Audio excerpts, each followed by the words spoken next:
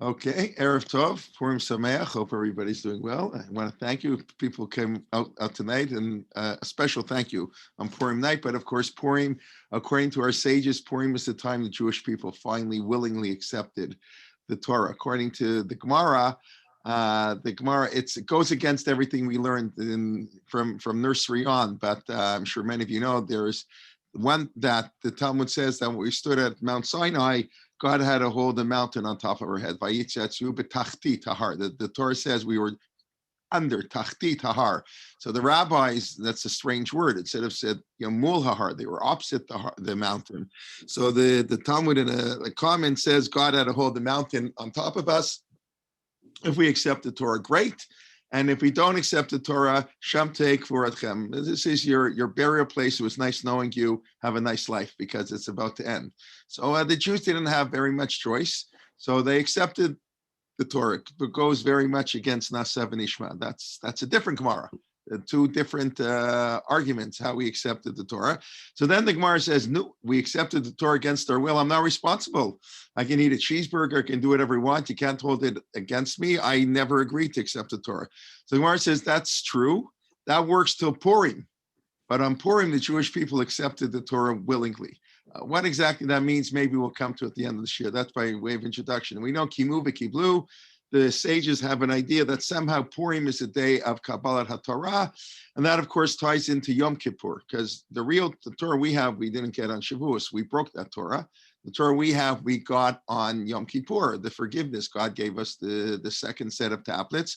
And Yom Kippur is a day of Kabbalat Torah. And the Kabbalah, I don't know anything about Kabbalah, but Rav Soloveitchik has a beautiful article about this.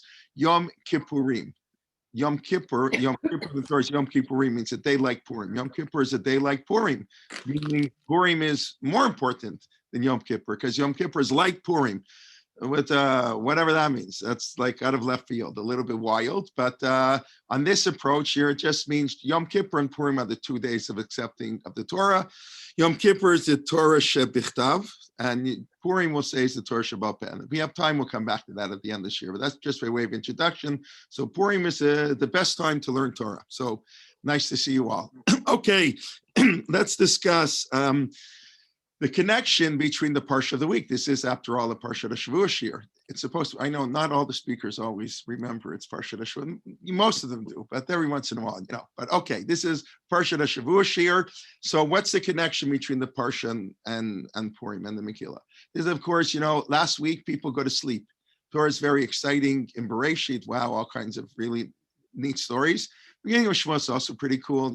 Moshe, they get out of Egypt, the 10 plagues, they split the sea, that's great. And they go to Har Sinai, even Mishpatim, even though it's all laws, but it's kind of interesting laws. No, we go to Truma last week. Okay, people go to sleep, they wake up in Kedoshim, because boring, 2 Amot, 3 Amot, drive me crazy. Who cares, right? I mean, that's an important question, not for now. Tetzaveh is, this clothes and that clothes, and the clothes made of this. So what in the world does this have to do with Purim? To say it should have nothing to do with Purim, because the Parshat of the week are a total coincidence. The fact that it's Parshat Tetzaveh, if you lived in Israel, who knows what Parsha would be? They had a 3-year cycle. There's no connection between the Parshat of the week and what happens. When the rabbis say you read this before that, before Shavuot, we read the Klalot, or before Rosh Hashanah and Nitzavim. So that could be after they set up the cycle the way we have it, or it could be that was a special reading. Like according to many commentaries, we read Parshat Zachor, and it's hard to imagine. I don't know how it worked on Parshat Zachor, but let's say Parshat HaChodesh, Parshat Parah, which are longer. So some commentaries assume, some opinions are they didn't read Parshat HaShavua. The Parshat HaShavua was Parshat Parah. That was the Parshat HaShavua.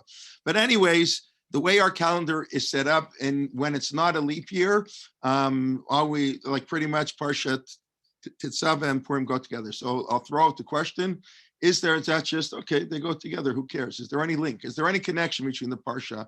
Or now the fact that I'm asking the question obviously means I'm looking for one type of answer. But who wants to tell me what's the connection between the two between Purim and Parshat Shavua Tetzaveh?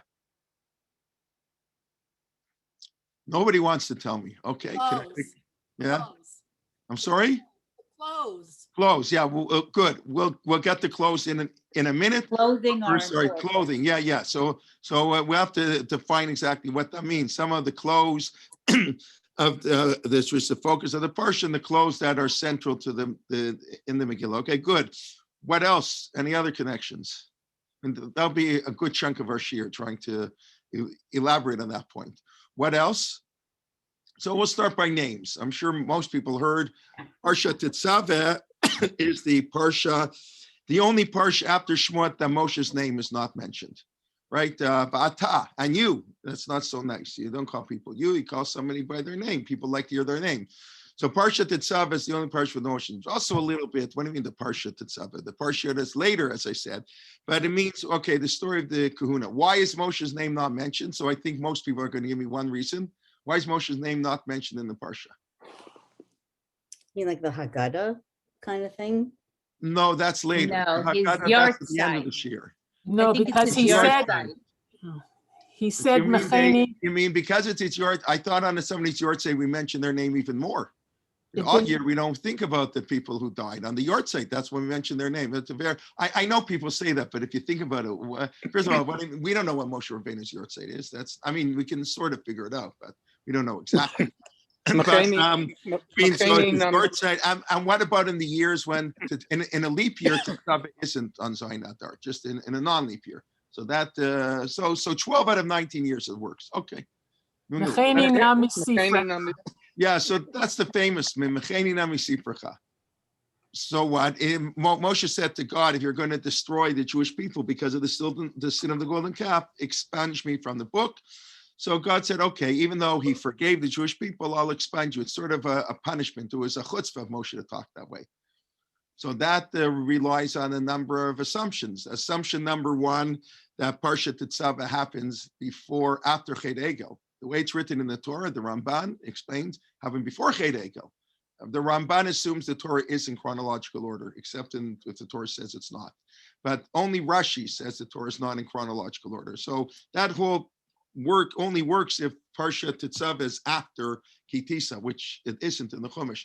It also only works if you assume that Moshe Rabbeinu was wrong in what he did. I don't know. I look at Moshe Rabbeinu as a hero, that he's the leader of the Jewish people. And if there's not going to be a Jewish people, I don't want to be here. I think that's his credit. You can still argue it's a chutzpah. Okay, that could be an answer. So I'm going to give another answer. And that answer is that Moshe, this is the parsha of Aaron HaKohen. This is the parsha of clothing of the high priest and the Kohanim, the 4 clothes of a regular Kohen and the 8 pieces of clothing of the Kohen Gadol. So, and that's all about Aaron. So Moshe Rabbeinu didn't want to steal any of the limelight. This is the parsha for Aaron to sign. I get every other week. You know what? We're going to talk about the temple.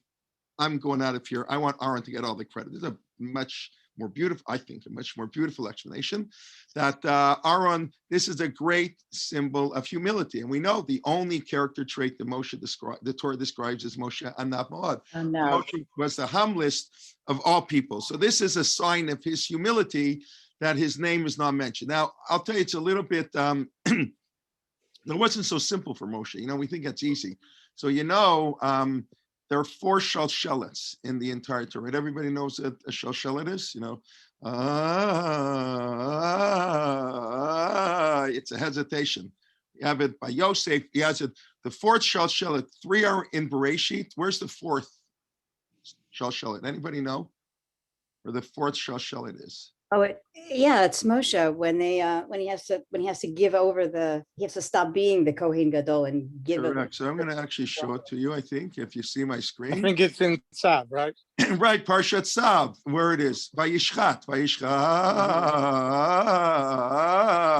When Moshe, because this is the point when Aaron becomes the Kohen Gadol, and the shalshelet, according to some interpretations, is always a sign of hesitation. Moshe wanted it for all great leaders, want all the leadership for themselves. They don't want to share with other people. Usually they do a better job. Moshe didn't really want to give that up. So there's a shalshelet. But of course, the greatness of Moshe, he overcame that. And so he removed his name. Now, of course, that removing names. So God removed his name in Megillat Esther. God's name is not mentioned in Megillat Esther, and Moshe's name is not mentioned in Parsha. Now, okay, it's nice, but it's also related to arrogance. Why is God's name not mentioned in the Megillah? So, well, it's actually an interesting question. Why isn't God's name mentioned in the Megillah? Anybody? Maybe that's why they didn't want to put it in the Megillah. Why is God's name not mentioned in the Megillah? You mean the Everybody Hester, knows it isn't mentioned. Why? the Hester Panim stuff? Okay, Hester Panim. Okay, good. So I'm going to give that's all true. It's the time period where God is removed. We move the end of the period of prophets. There are no more prophets. Esther's the last, prophet. So so that's true. But I'll give another. Again, like everything is multiple meanings. So I'm going to share this screen again, I think. Let me just show you a Gemara in Sota.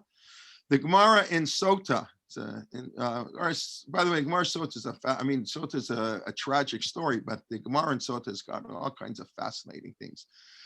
So here the Gemara says,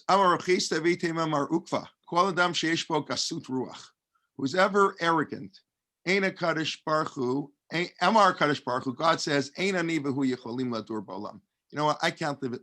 There's no space. When somebody's an egomaniac, there's no space for anybody else.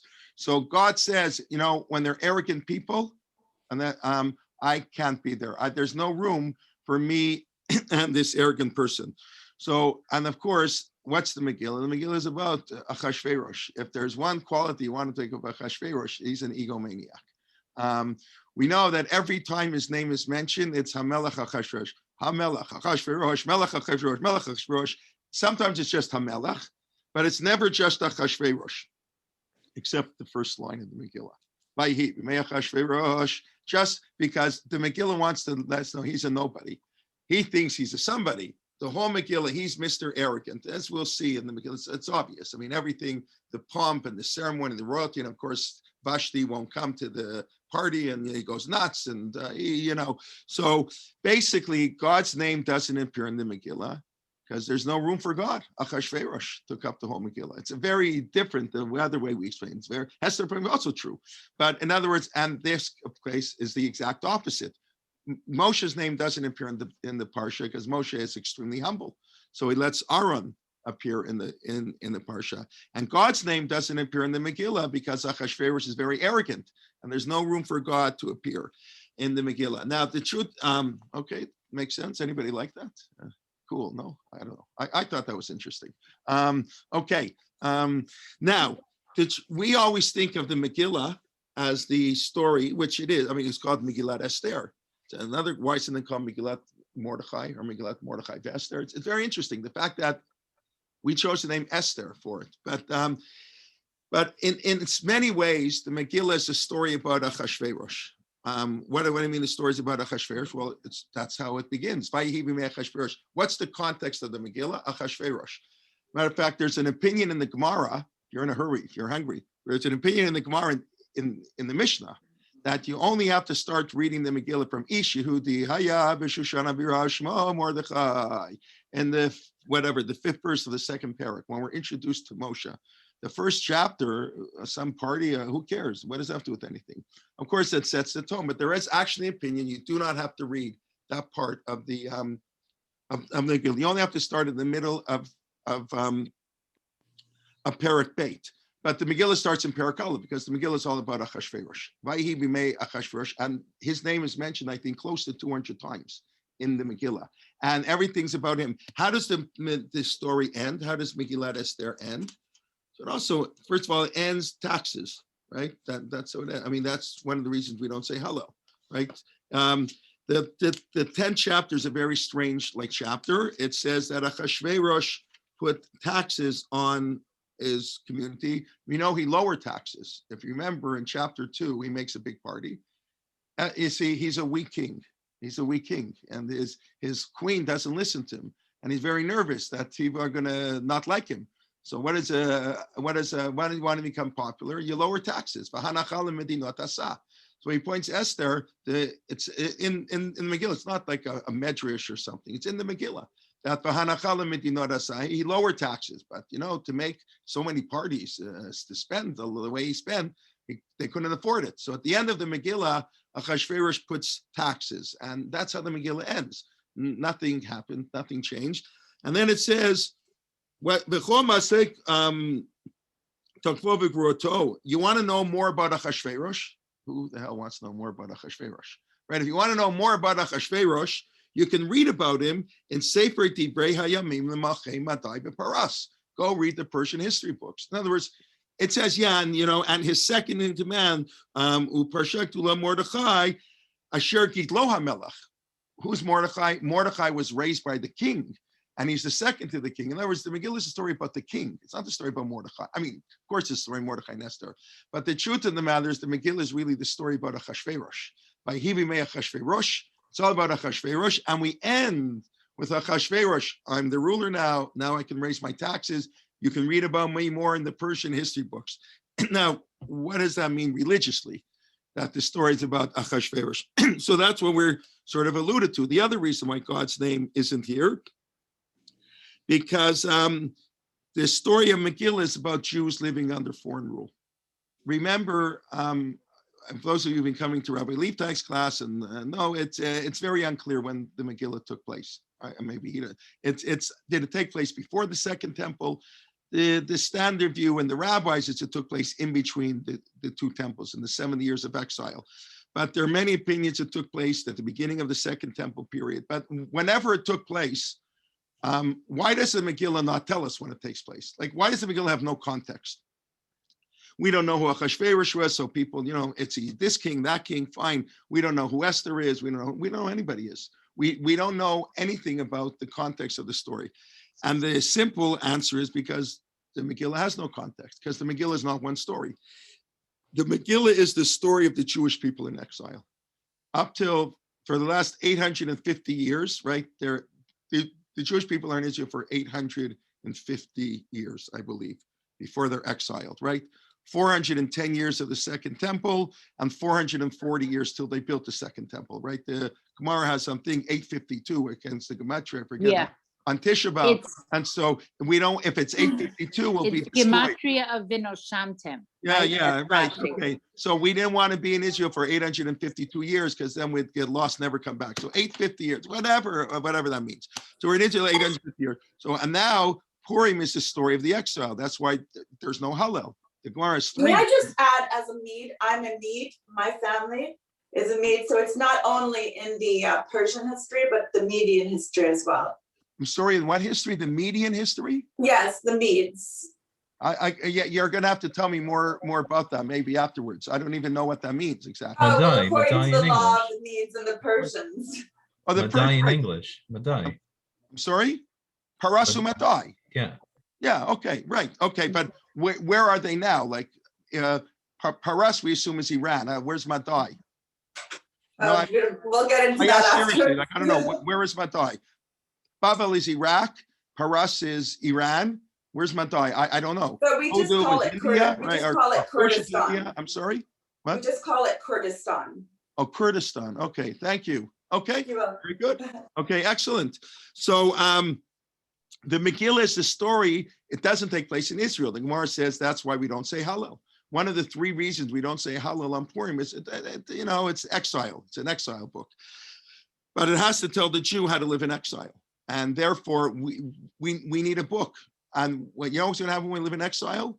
We're not going to have any prophets, and God's not going to be there. We know that you can only prophesy if you live in the land of Israel, right? That's in theory. I mean, there are sort of exceptions. That's why Yonah wanted to run away, because Yonah figured if I get out of Israel, I can't be a prophet.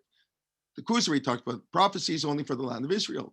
So we're going to be in exile. So we can't have God. We don't have prophets. We don't know what's going on. So the book is about Achashverosh. It's about the relationship between the Jewish people and foreign leadership. And we're in the period of Hester Panim. We're now in Purim. For the last 2,600 years, we've been in Purim. So, okay, now we're back in Israel. I don't know, or a little bit back to the redemption, whatever. But so that's, I think, why the Megillah is really the story of a relationship between Achashverosh, and I'm sure many people know. Moshe Rav Kook, I think, was the first place. You saw it many years ago, and many people have written about this. The links between the Yosef story and Megillat Esther. It's clear that the author of Megillat Esther had the Yosef story in front of them, because they just bore all the same language. That's the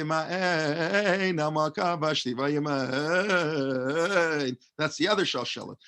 I believe, I might be wrong, but I believe that's the only two places in Tanakh where that word appears. But they refused, right? But it's the same story, that some good-looking Jewish person rises to power because of their good looks, rises to power in a foreign court. The leader, the king can't sleep. He remembers about people, who he had done a favor for him, who he forgot about, right? Teresh, of course, is Tirosh, is wine. That's the butler. There are 150 comparisons between the Yosef story and the Purim story. And of course, the Yosef story it's the first time we went to exile. That was our first exile. That's when we went to Egypt. Pesach coming up. That's right. So the bookends sort of Jewish history. Jewish history begins really as a nation. We begin in Egypt with the exile to Egypt with Yosef. And then from there, the idea is to get to Israel 850 years later, bang, Purim. And then we have exile number 2. So that's, anyways, that has to do with names. And Achashverosh is the key name, but Achashverosh is so it doesn't leave room for God. Okay, that's the names. Let's get into clothing. Great. Jay, Yes.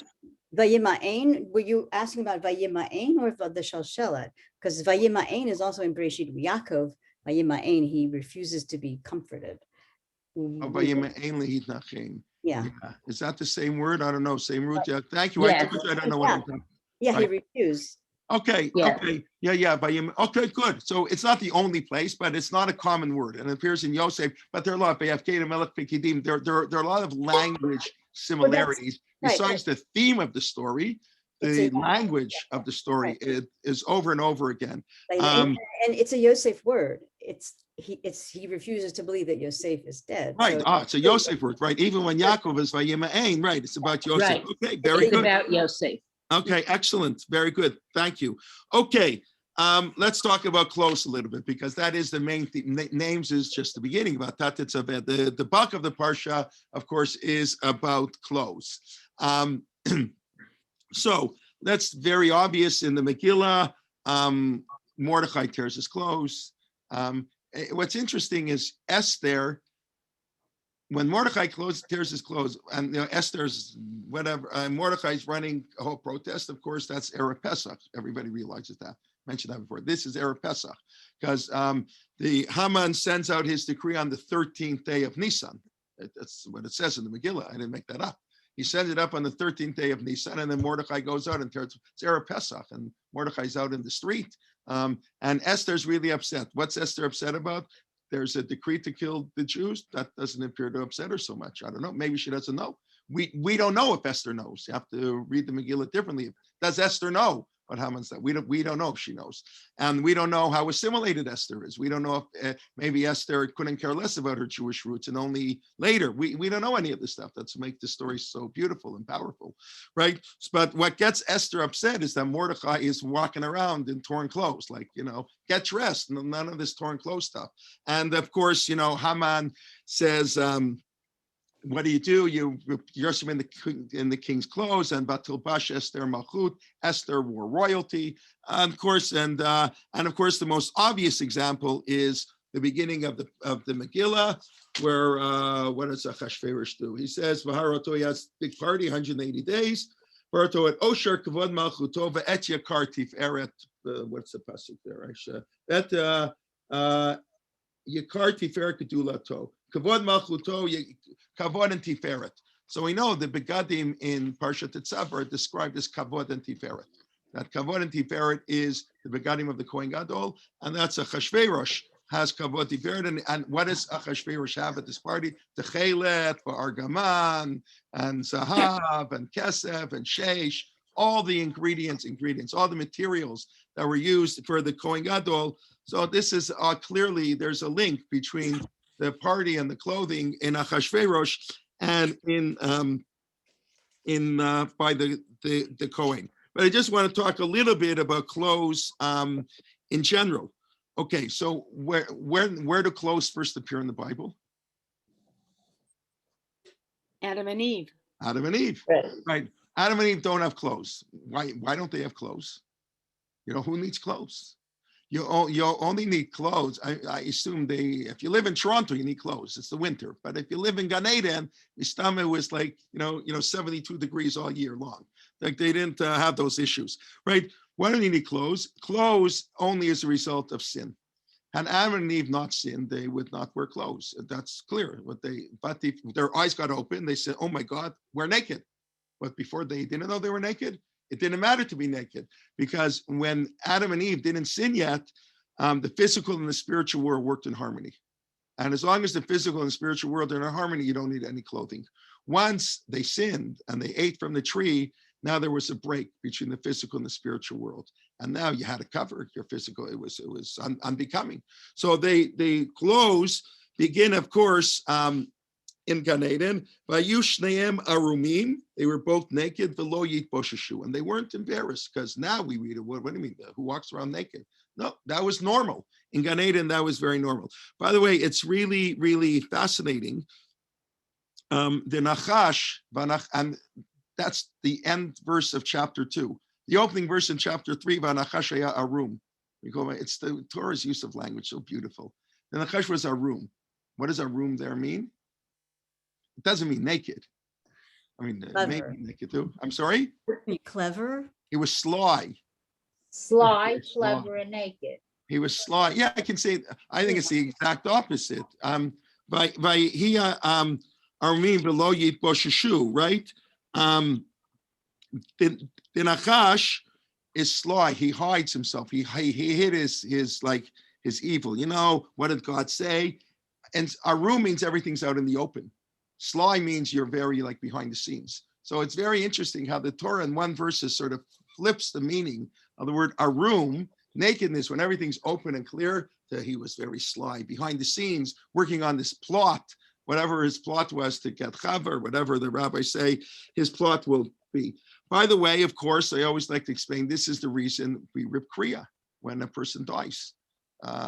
Because when a person dies, we don't sin anymore. The soul goes back to God. The physical is ended. There's no more tension between the physical and the spiritual. I think that's the real reason. So when when somebody dies, you rip kriya. We know that ripping kriya is very hard. It's like the most emotional part for people, but it's also in that way sort of a comforting thought that it means the soul is back in its pure original state.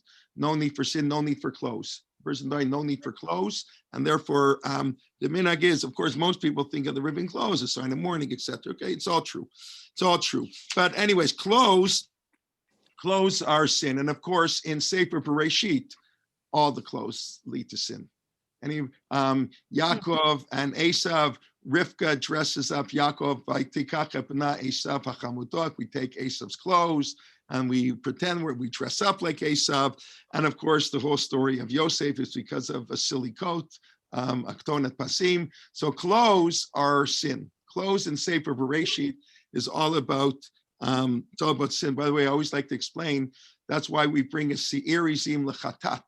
Right, on Rosh Chodesh, on every Yontif, we bring a goat, a Se'ir Izim, as a sin offering. Right, on Shabbat, we don't bring a sin offering. On Shabbat, we only bring an Olah, a pure offering or a burnt offering, however they translate it into English.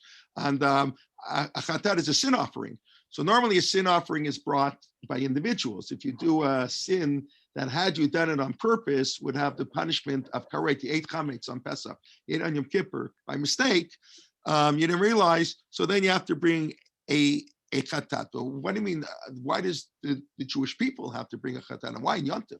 Pesach, Shavuot, Sukkot, Rosh Chodesh, we have to bring a chatat. What's sin? So series, what's every Yontif? Zecher L'Yetziat Mitzrayim. That's what every Yontif is. Zecher L'Yetziat Mitzrayim. And what did the brothers do? The brothers took Yosef's coat and dipped it in a serizim to trick their father.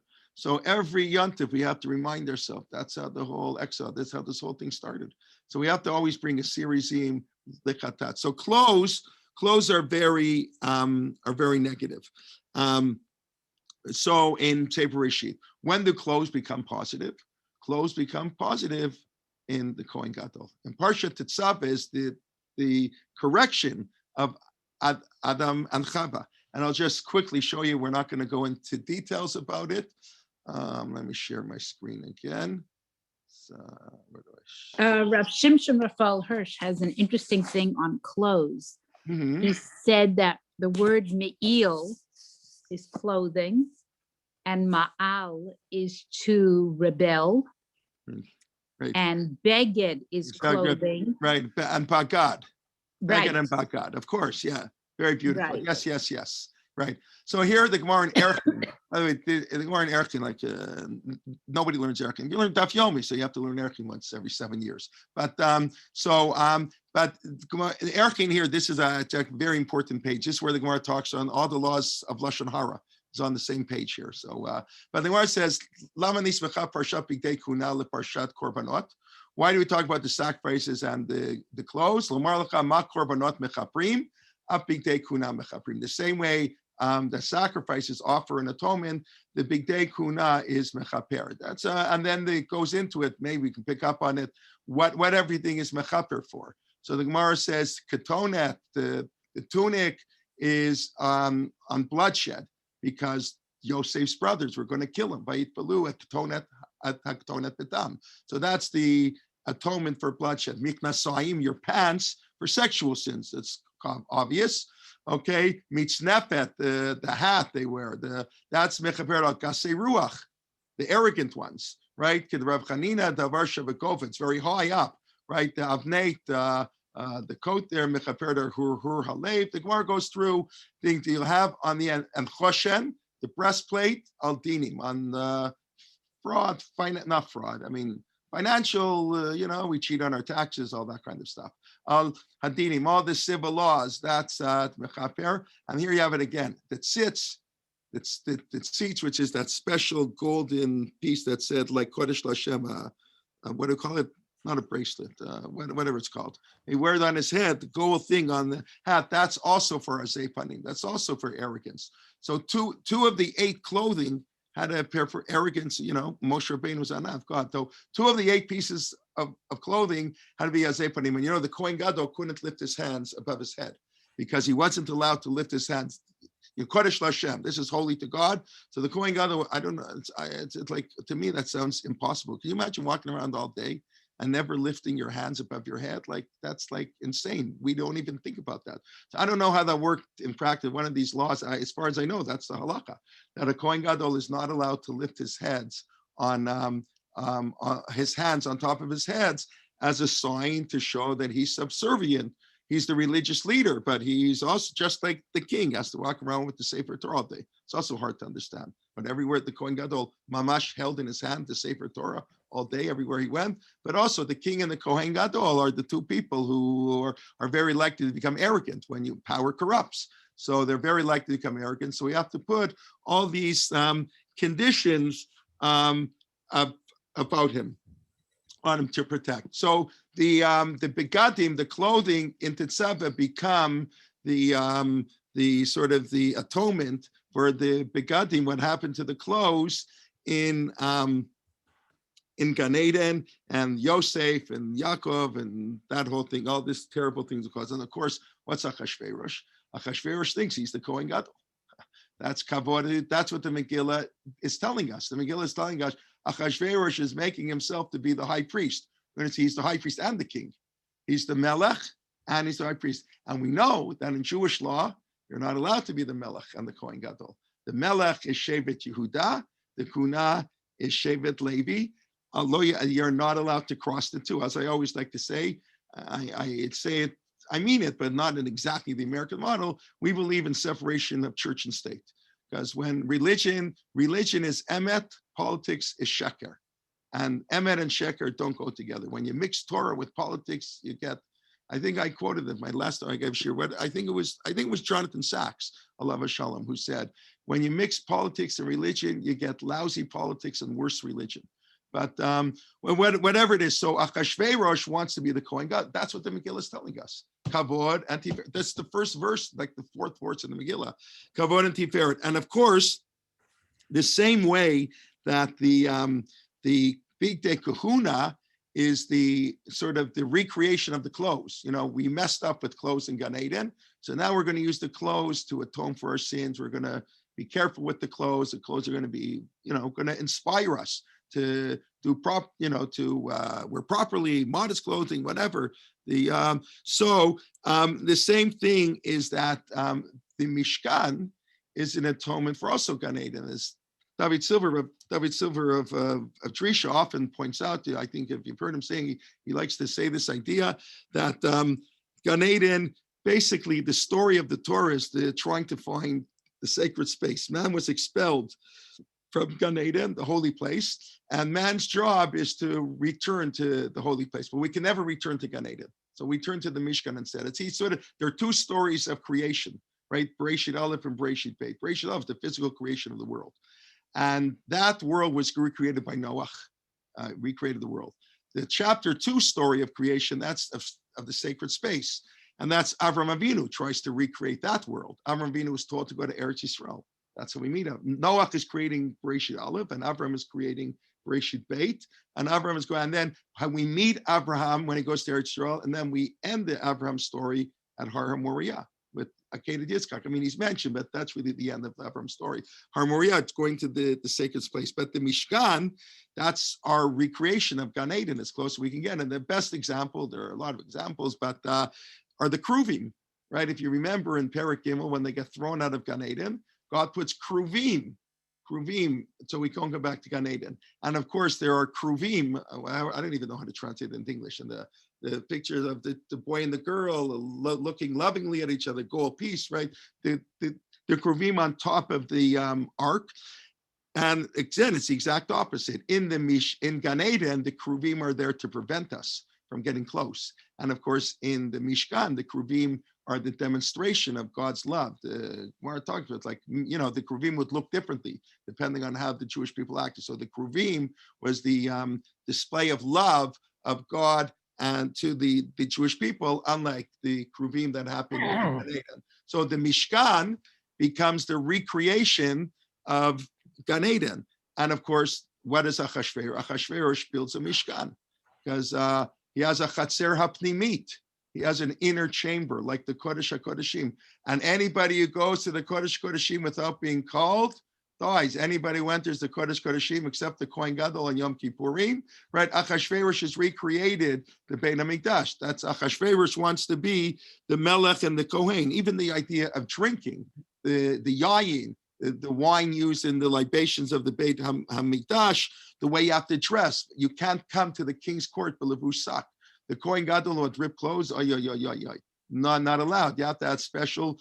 So Achashverosh is recreating. He's the Kohen Gadol. He's the Melech, and he's recreating the Beit HaMikdash. Obviously, I mean, who knows who Achashverosh was? That's how what our sages are trying to portray to us in Megillat Esther. Who knows what Achashverosh knew? I mean, Kelim Shonim at the beginning, he took the idea of the Beit HaMikdash. So that's what the Parsha and the Megillah is all about, using clothes lechavod uletifaret. Achashverosh uses his clothes for his own personal kavod instead of the kavod of God and the Jewish people. Now, okay, I'll get back to one more idea about names. By the way, I'll say one other interesting on Gan Eden. The Gemara in Chulin has a very funny discussion. The Gemara says, Esther mina Torah minayin. Where's Esther referred to in the Torah? Where's Esther in the Torah? Esther's 1,000 years after the Torah. Haman mina Torah minayin. Mordechai mina Torah minayin. Where are all these people in the Torah? Okay, so the Gemara says, where's Haman from in the Torah? That's a more. I'm sorry, where? More. What, one of the. Oh, that's Mordechai, March Roar. That's next week's Parsha. Esther. That's Esther. Esther's Anochia. Esther Pranai in Nitzavim or Vayelach, the end of the Torah. And Mordechai's next week in Kitisa, March Roar. And where's Haman? He's the Nachar. Amin ha'etz hahu. Amin ha'etz asher tzivitu tochal. Right. Hamin ha'etz. Of course, there are no vowels in Torah. Hamin and Haman. Hey mem nun. So Hamin ha'etz. Oh, very nice. A very nice game. So what's the connection? So one simple connection is they got in trouble because of trees. Both Haman and Adam and Eve. No. Yeah. that isn't a joke. I mean, but how many? I always thought that, but the better answer, I think I agree with you, is that what's Gan Eden? What was the sin of Gan Eden? The sin of Gan Eden. You always want to see how sharp they are when they read the Torah. So you tell them, what's the first command God gives man? Puravu is before there's man, really. What's the first, right? Take care of everything. Right. No, what's the first? No, right. Love double Shamra, and he tells him what? I forget if that comes first or second, right? Multiply, isn't it? He tells him, well, why don't we read it? Perik Beit. Let me look it up here. He says you can't eat from the fruit, from Eitz Hadat. No, isn't that what he says? And he says everything but. Right, that's it. Vayomer, so he says to him, you can eat everything. Where's the pasuk? To guard it and to watch it. By the way, that's also a contradiction. Lo avda v'leshomra. Lo avda means to work it. L'shomra means you don't work it. You guard it. I can't work it. It's a beautiful idea. Man in Gan Eden is lo avda. You got to work on it, change it and guard it. And of course, that's the beautiful Jewish idea. The way we guard things is by working on it, changing it. The Torah isn't static. It's an Eitz Chaim. It's dynamic. And it has to be avda and shomra at the same time. But that's another shear. Eat everything except me Eitz Hadat Tovara. That's the only one you can't eat. So what happens? Man is everything except for one tree. Of course. What are the chances he would want to eat from that tree if God didn't tell him that? Zero. And there are 5 million trees there. What are the chances that? Of course, the only reason he's eating from that tree is because God told him he can't. He can have every other tree. I don't want every other tree. I only like what I can't get. That's the tragedy of the human being. We always like what we can't have. What a tragic. If you can get over that, you'll have a very happy life. We always like what we can't have. No, what's Haman? What's Haman? Everybody bows down to him. One old Jew, Asher Haglam Yerushalayim, Ima Golaj. Mordecai's like 98 years old. Who cares? He's some and Haman doesn't even notice, right? You look in the Haman doesn't know. They have to tell him, look in the corner. There's some Jew. He's not bowing down to you. The Haman goes, he can have everything. So that's, I think, what the Megillah means. Haman mina eitz. Haman mina Torah nine. Hamina eitz. You can have everything, but one thing, it isn't good enough for Adam, and it wasn't good for man. Of course, then now we're comparing Adam to Haman, and but that's another connection between Gan Eden and Haman. Okay. So, Rabbi Jay, your le'ovda and l'shamra, those are mikdash words, the avodah and the mishmeret. So right, correct. Gan Eden and the Mishkan. Thank you very much. Absolutely right. I was just pointing out they sort of have different, Now, of course, avodah in rabbinic literature means worship of God, service of God. But avodah means work. And believe me, worshiping God is hard work. Yes, it's not easy to. No, but it's an ebed. It's all from the word ebed, slave. Right, we become slaves to God. We were not evadim to par. We become slaves to God. Loved us. So work is slavery. It's all goes together. But we want to be eved Hashem. But working means you change it. You manufacture things. Lishmor is I don't do anything. I'm shomer Shabbat. I can't do any creation. I can't do anything. Right. So that's the opposite. Okay, let's give one more idea with names. Of course, now that after tomorrow.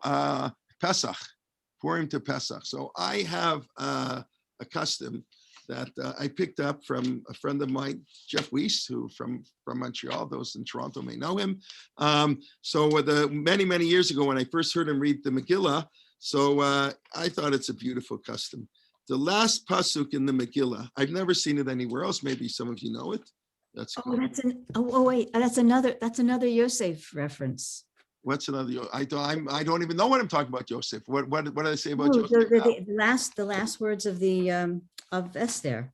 Those are Yosef words. Oh, ver shalom l'chozaro. Yeah, and the brothers. Reish tov lamo. Yeah. So I read it. Ki Mordechai hayudi mishneh lemelech Achashverosh v'gadol haYehudim v'ratzui l'rovachav do reish tov liamo v'ver shalom l'chozaro. So when I heard him do it.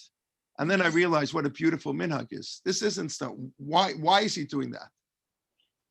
So I picked up on that.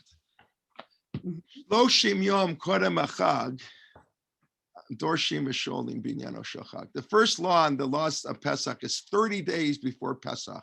We start learning about Pesach. What's 30 days before Pesach? Has another name. It's called Purim. So Purim begins on Pesach. Pesach begins on Purim. I already pointed out Mordechai's fasting on Erev Purim, on Erev Pesach. The 3-day fast, they canceled, the Medrash picks up on this. They canceled Pesach that year. Esther said, okay, Mordechai's fasting Erev Pesach. Okay, he was a Bechor maybe. I don't know, maybe he was a Bechor. He has to fast Erev Pesach. But the 3-day fast, Lech Noset Kol Yudim, it's Somo alive, Al Tishtu Val Tichlu Shloshet Yamim, 3 days, whoa. So Mordechai tells Esther, according to the Medrash, Esther will fast next week. It's Pesach, the Seder's tonight. So Esther says, go. So maybe Esther's assimilated. Maybe she's not planning to have a Seder. Who knows, right?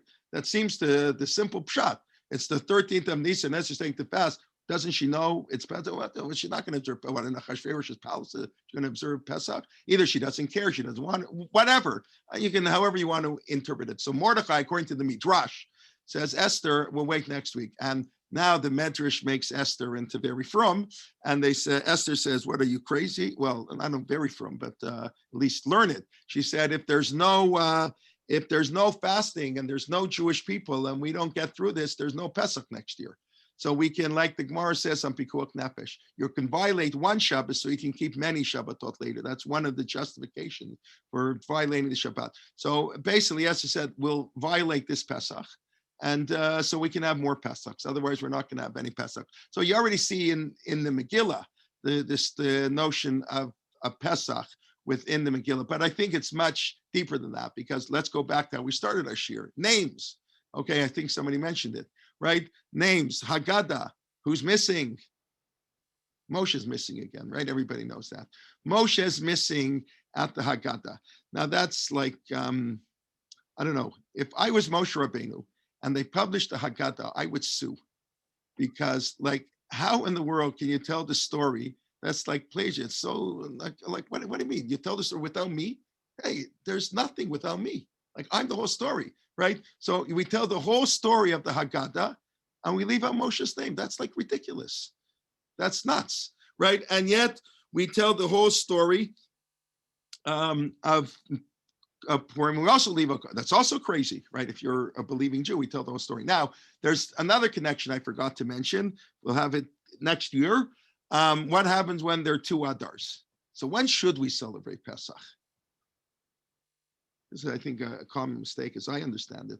When should we celebrate Pesach? You already know the answer, of course. You don't have to be shy. You all know the answer. We should celebrate Pesach and Adar Rishon. Of course, we should. I mean, Purim. When do we celebrate Purim? That's why I'm sorry. When there are 2 others, when do we celebrate Purim? So everybody knows we celebrate it in Adar Sheni, but we should celebrate another Rishon. Why should we celebrate another Rishon? Also a Pesach reference, sort of. Mitzvah bal yadcha al tachmitzena. When a mitzvah comes to your hand, no, that's what the rabbis say. Al tachmitzena. Don't let it. Tachmitzena means don't delay. Yechametz. Mitzvah bal yadcha, or more common people say reason makdimin le mitzvah. People do mitzvah to the first opportunity, but the Gemara has this expression: mitzvah bal yadcha al tachmitzena. Don't let the mitzvah burn it. What do you mean? And it's obvious. I think it's obvious, even though I know in halacha there's more of a discussion, but it seems to be pretty obvious that Adar Rishon's the real Adar. Adar Sheni is you have to add on to make the calendar work. Real Adar is Adar Aleph. That's why most people, when they have a yortzeit, they observe it in Adar Aleph. The bar mitzvah is a chumrah, in case they're paid, so whatever, it's a chumrah. That's why some people say the minhag is to put on tefillin 30 days before your bar mitzvah. So even if you're born in Adar and it should be Adar Aleph, but we're not going to allow you to be the chazan until other bait, in case it's other bait, but in case it's Adar Aleph, put on the tefillin 30 days before. That's what some people explain the minhag that many people have, that the bar mitzvah boy starts putting on tefillin 30 days before. But really Adar Aleph is the real Adar, I think. Adar Sheni is the add-on Aleph. That's the add-on. And the Gemara says right away, we should celebrate Purim and Adar Aleph. And the Gemara has a discussion before we had a fixed calendar. They would read the Megillah and Adar Aleph. And then on the 25th of Adar, they would often decide at the end of the year whether to add a month. They added a month, they have to read the Megillah again. So the Mishnah says, yeah, you have to read the Megillah again. And the Gemara says, why don't we celebrate an Aleph? The Gemara says, we want the redemption of Purim and the redemption of Pesach to be near each other. And we have Purim and Adar Rishon, and Pesach not for 2 months away. We want people to start cleaning the second they hear Purim. Pesach, no, that's not why. That's not why. But we want to have the redemption of Purim and the redemption of Pesach should be next to each other. Why? So clearly, the Gemara is connecting. There's something between Purim and Pesach that's very important. But of course, Purim and Pesach are the two opposites. So one opposite is this name game, right? In Pesach, it's all about God. God does everything in Pesach. God. Anivalo, it's not even true. Anivalo malach, anivalo saraf, anivalo shaliach. Well, it's not true. It's not true literally, obviously. I don't mean that the other are lying, God forbid, but it's not really true. But they don't mean it to be true. They mean it. It's Moshe. It's a shaliach, like whatever, like a robot. He was like an invention of God, and whatever God told him to do, he would just do. He wound him up. God wound up Moshe. Go do this. Like it's not Moshe. It's all God. That's what we do on Pesach. Pesach is totally ignoring Moshe, God. And Purim is the total opposite. Total opposite. We totally ignore God. Man. Everything about it. Now, both are false. It's the combination. Both, in other words, Moshe Rabbeinu should get credit for Pesach and God should get credit for Purim. But that's not our focus. We want to focus on different things. Our tradition wants to focus. Why? Because Pesach is our first holiday. We're a bunch of slaves. The slave doesn't know from hidden gods and hidden miracles. The slave doesn't even know when God does overt miracles. He dances around the golden calf.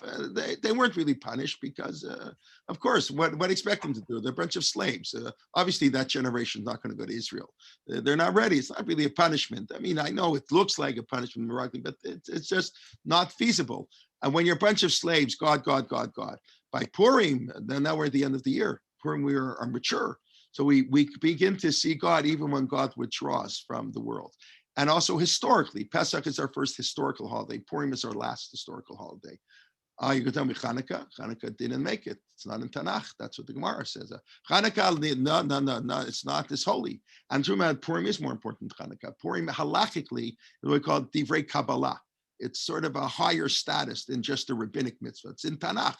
It's a higher mitzvah. So that's Purim is the last of the book. So at the beginning of our history, we needed God. Just like a child grows up and the parents do everything for them. As the child matures, the child has to learn how to do things. Purim is the maturation of the Jewish people. God withdrew his support. God says, no more prophecy anymore. Guys, you're on your own. You figure it on your own. And now when we figure it on our own and God has an opinion, what do we tell God? God, you stay out of it. Torah lo b'shamayim. Lo b'shamayim. God, okay, you were true. You're out of the picture, God. We decided. Chacham atif min navi.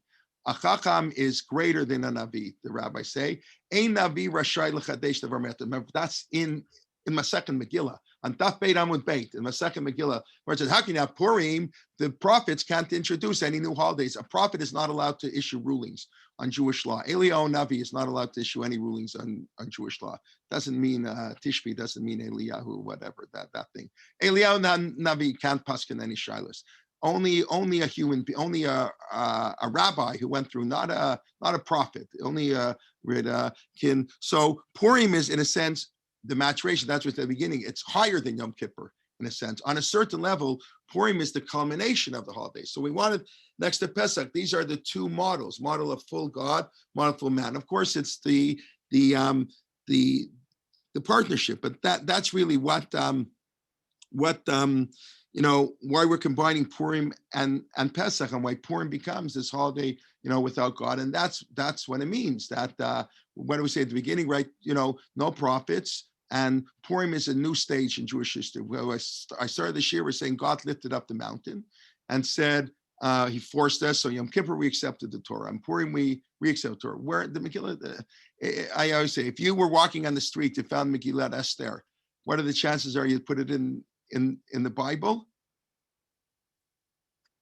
What are the chances you put a book? You're walking the street, you don't know anything. You're walking the street, you pick up the scroll, and you're cool, 180-day party, I'm going. Where can I go? After that, another 7-day party, another party, this party, 10 parties in the Megillah. Whoa, I like this. This is fun. Lower taxes, great. Beauty contest. Wow. Great story. Great for the Bible, right? That doesn't really belong in the Bible. This would never go in the Bible, right? Megillah Esther doesn't go in the Bible. What do you mean they accepted the Torah on Purim? Kimu v'kiblu, yeah, that's not what the rabbis sort of look for something. But what the rabbis are saying, I believe, of course, is that's what it means. The Medrash Tanchum already says that we accepted the oral law. Yom Kippur was the written law, the oral law. It was a new stage in Torah. Purim is now, while we have prophets, we just listen to the prophets, as they said. But now we're into a new stage of Torah. So that's I think, a little bit Purim. There's Purim, as we know, everything is hidden. Hester, Anochi Esther, Esther Panai, not just God hides his face. You have to dig deeper to find the story, but it's a very beautiful story. But it ties in very beautifully into the Parsha. So just to very quickly review, the names are missing. The name of Moshe is missing because Aaron's shrine. It's about humility and arrogance. That's the reason we want to focus on. There's no room for God in the Megillah. And there's no Moshe withdraws from Tetzaveh, and God is forced to withdraw because Achashverosh is the new king. And the story of Megillat Esther is our relationship with the Achashveroshes of the world. We're going to be in exile for a long time. We have been, hopefully very soon for the first time. Remember, in the year 586, since Purim time, we have not had the majority of the Jewish people living in the land of Israel. We're on the cusp of the majority of the Jewish people for the first time in 2,600 years living in the land of Israel. So Purim marks a new stage in Jewish history and our relationship with the Achashveroshes of the world. And the story of the Megillah is about Achashverosh with Yosef, because Yosef is the first exile, and Achashverosh is the sort of is the beginning of the, it's the next exile. The exile we're still in, so to speak. And the idea of clothes, the importance of clothes in the Megillah, and the kavod and tiferet, the way Achashverosh wants it, the way the Torah wants it, the transition of clothes from sin and covering up our sin to the tshuva of the Kohen Gadol, those clothes, and the same way the Mishkan. The Mishkan is a rebuilding of Gan Eden, and Achashverosh wants to recreate both. He wants to create the Mishkan and be the Kohen Gadol, of course, something that isn't allowed, and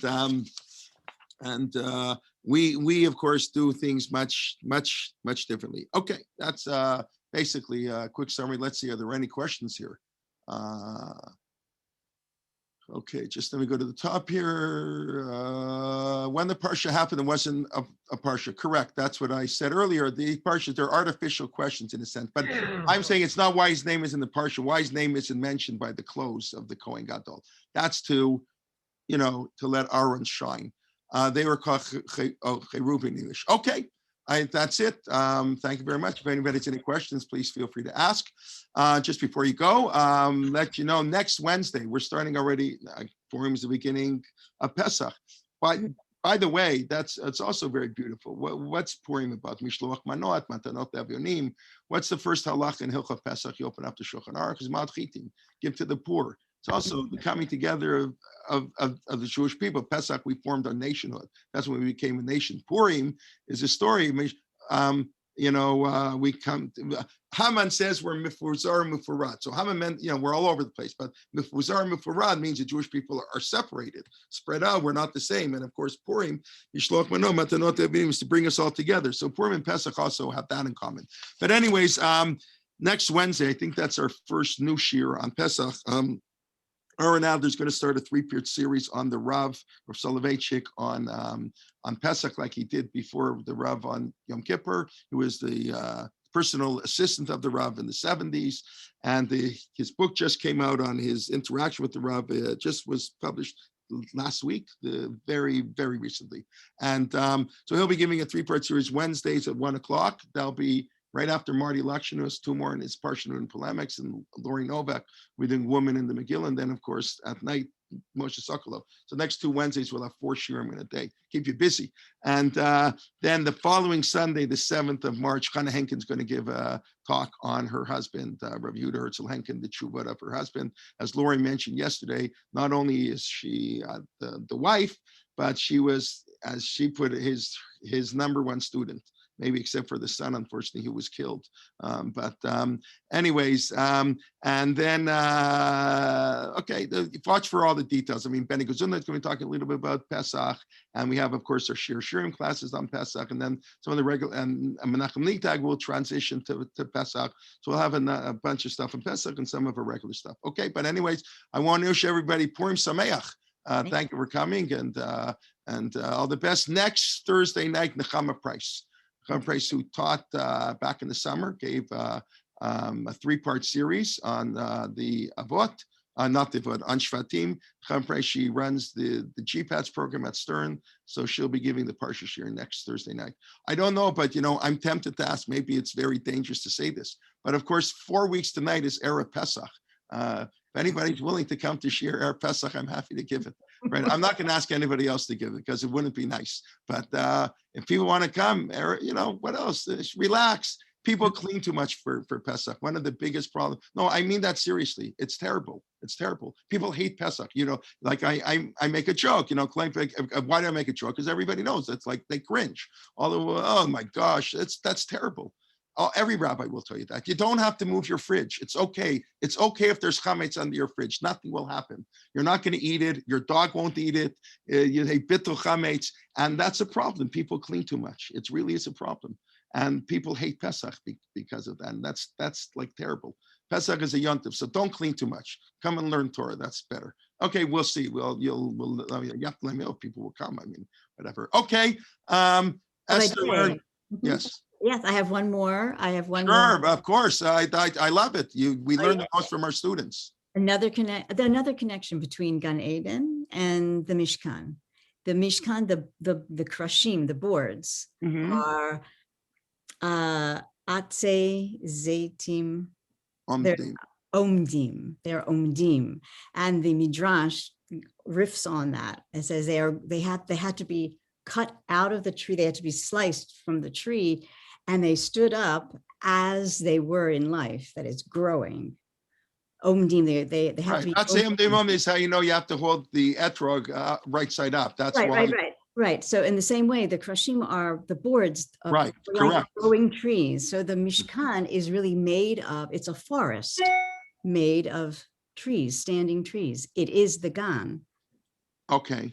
Got it? There are a number of connections between Gan and yeah. There's been a whole bunch written, and of course, the notion of Shabbat being derived from the Mishkan is also really the same idea: creation and God's creation. It's also a connected idea.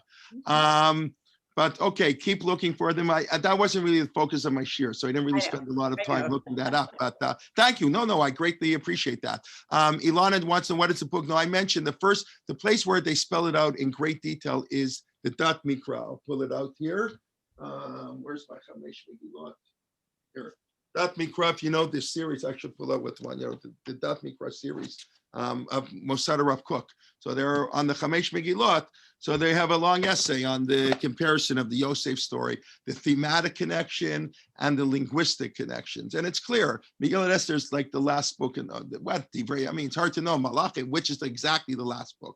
But in many ways, Megillat Esther could be the last book in Tanakh. And we know that the later books in Tanakh play off the earlier books in Tanakh. So that's what you have.